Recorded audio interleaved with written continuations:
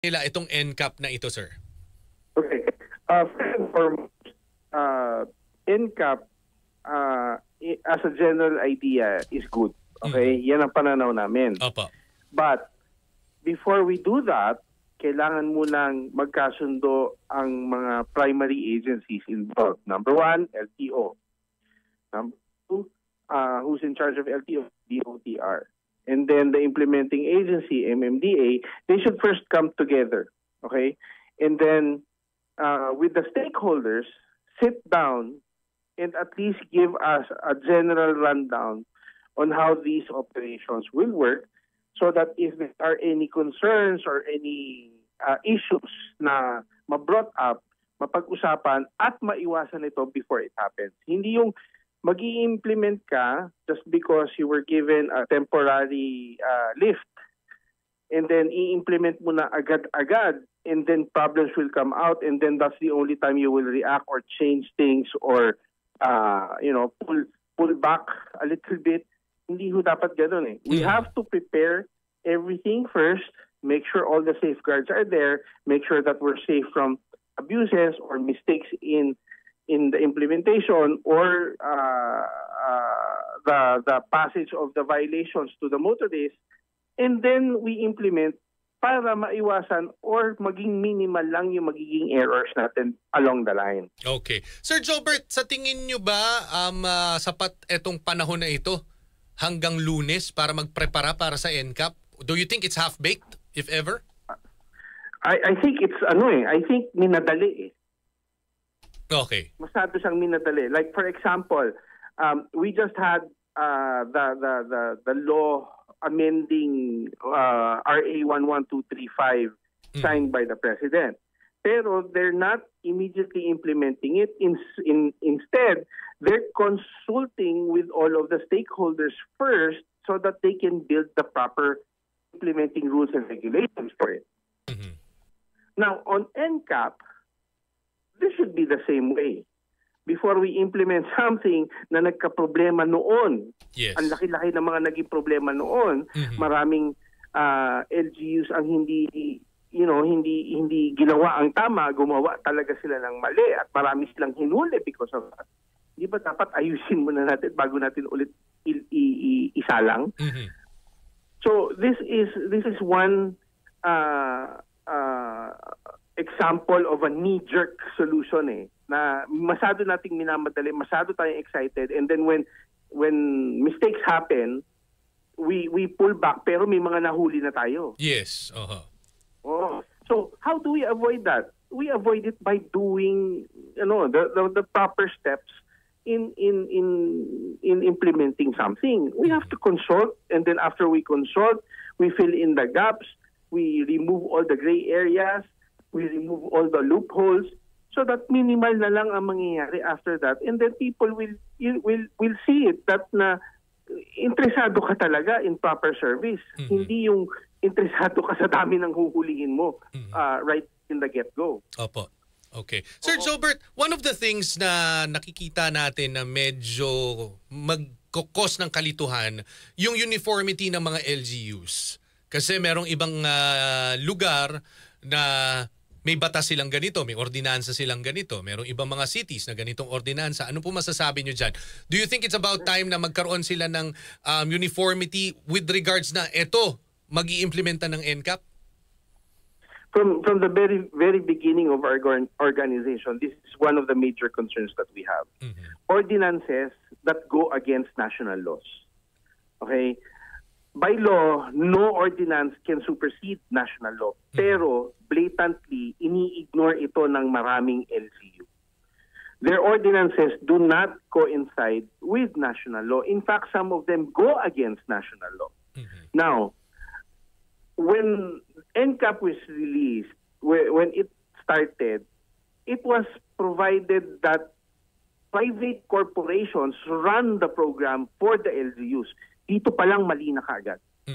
Maling-mali na kaagad. Why?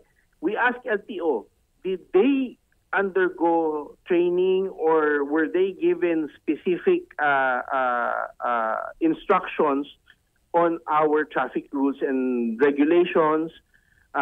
bukod sa problema ng pag-iiba-iba ng mga traffic signs and markings that caused more apprehensions, pero mali naman pala yung mga traffic markings.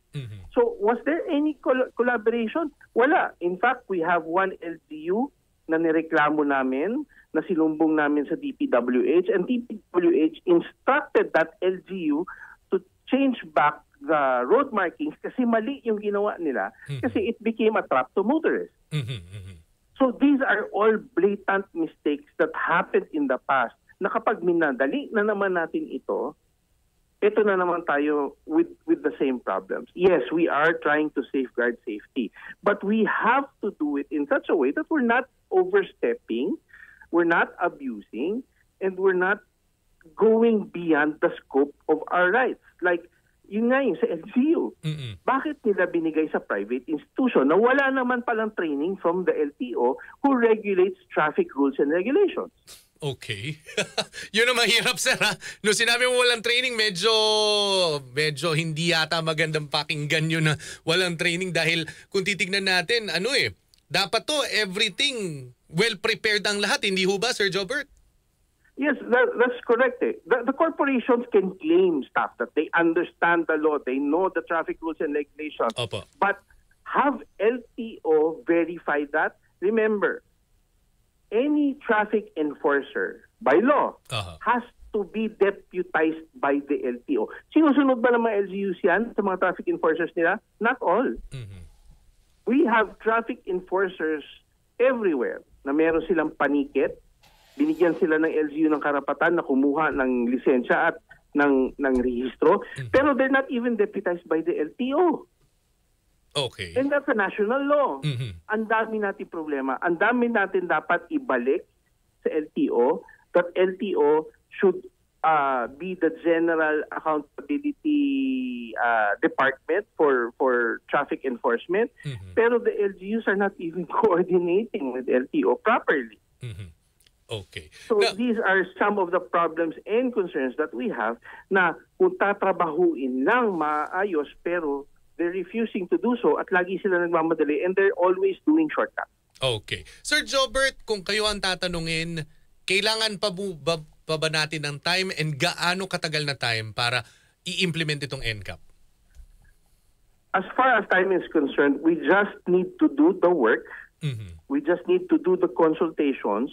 And if we do all that and everything has been ironed out as much as we can, there's no perfect thing in this world. Pero if we do as much as we can, cover all our bases as much as we can, then we can implement it again. Okay. So Sir Jobert, ano mensahe nyo sa ating mga motorista? Sa mga motorista natin, good luck sa inyong lahat. So Sir Jobert, ako kasi talaga, ang bilis eh. Ang bilis. Parang nilift lang na itong week, next week implementation na, and to know na we all know for a fact na may kanya-kanya mga ordinances, may kanya-kanya mga traffic rules ang iba't ibang city. Parang golpe de gulat ang nangyari, ano ho? Ito ho yan eh. Bakit ho ba nagkaroon ng TRO? Di ba dapat during the TRO, inaayos na natin yan? Yes. Oh, actually. Ngayon na nag-request ng lifting ng TRO, implement agad. Sir, I have a word for this. It's called railroading. Okay. Hello, sir. Yeah. Okay. So, sir, last na mensahe nyo para sa ating mga tagapakinig, especially, syempre, we all know for a fact Monday would be something na medyo magiging panibagong parang makakapanibago para sa ating mga motorista. Aside sa good luck, ano pa ba gusto nyo sabihin sa mga motorista natin, sir? As a motorist, okay, we have to understand two things. Number one, driving a vehicle or operating a vehicle on the street is not a right but a privilege. Yes. We have to accept that reality and we have to accept that responsibility. And the best way to protect yourself is to know the law, the regulations, and the situations na pwede kayong magkaproblema, and to accept accountability if you make a mistake.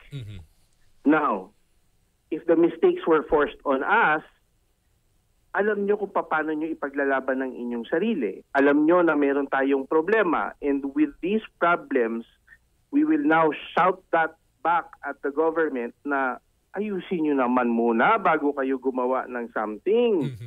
But if it is because we ourselves are undisciplined and we really make these mistakes, we have to at least man lang clean our own backyards before we check on the backyard of others. So that's to the people. We cannot just lay blame on everyone because sometimes or most of the time, the blame is on us also. Kasi hinayaan natin sa sarili nating maging ganito, na hinayaan natin sa sarili natin na masanay sa ganito. Opo. You know, kakulangan man yan ng gobyerno, but we cannot blame others for the mistakes we ourselves do. Okay. So Sir Jobert, thank you very much for the time na inilaan niyo po sa amin, and we do hope na may mga developments kasi may ilang araw pa naman before Monday. Hopefully may mga marinig tayong mga good news regarding this at mabuhay po kayo. I have one piece of good news for you. Oh, sir. Meron kaming public consultation with LTO tomorrow in regards to transfer of ownership of vehicles. Oh, so that's something that na magandang pag-usapan din kasi talagang ito issue rin ito with regards to NCAP. So, sir, maraming salamat po. Mabuhay po kayo at mag-iingat po kayo, sir. Salamat, mabuhay din kayo, and good afternoon to everyone. Ayan po si Sir Jobert Bolanos.